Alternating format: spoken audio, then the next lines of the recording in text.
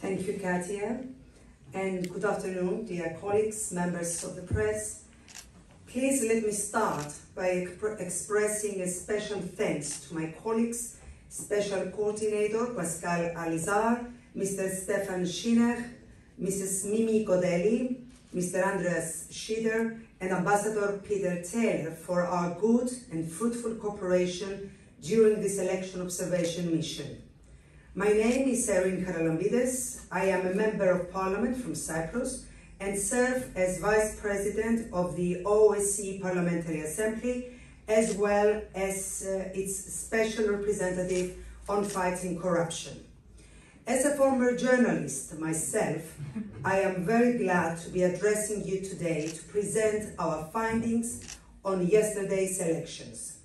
Journalists play a crucial role in elections by reporting on developments of election campaigns, informing voters on their rights, providing platforms for debate, and thoroughly scrutinizing electoral processes. The press is essential for democracy.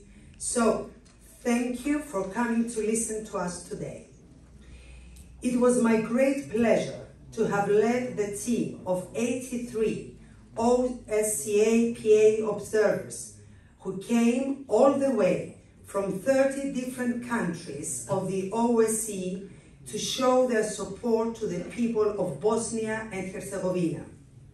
Our teams were warmly welcomed throughout the country and did not only observe here in Sarajevo, but also in many other regions, such as Mostar, Banja Luka, Tuzla, and Brečko, to name a few.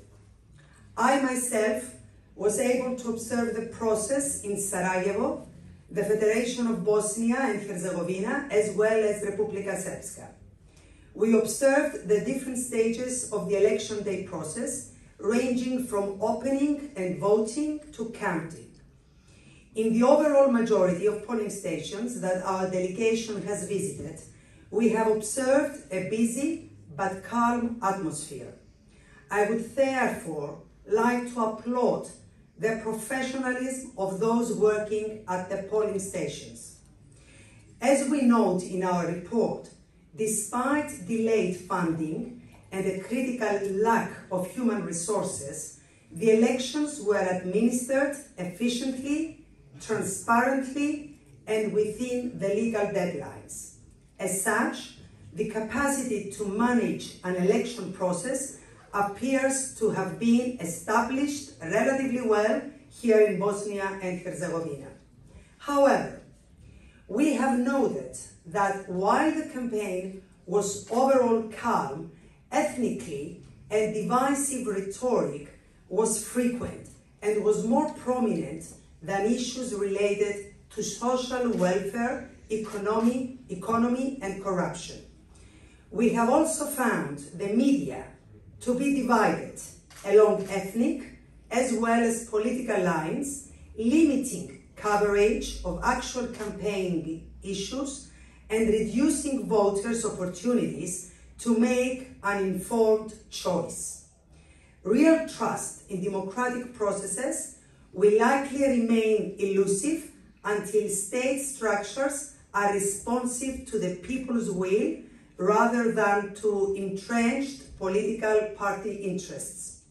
Prior to the elections, a positive negotiation process took place, aiming at implementing long-standing recommended changes to the electoral law and to the constitution. Eventually, no agreement could be found and no structural changes were introduced. It is of utmost importance for the elected official of this country to engage in a serious consultation process and respond to its people's call for further democratic development of its legislation and institutions. I would therefore encourage the incoming representatives to carefully study and implement long-standing recommendations from the OSCE and ODIHR and to expedite electoral reforms. Finally, I would like to take this opportunity to thank the Bosnian authorities once again for inviting us to observe the elections, and the people of Bosnia and Herzegovina for their warm welcome, which allowed our observers to carry out their work successfully for the past days. I do thank you for your attention and will welcome any of your questions. Thank you. Thank you very much.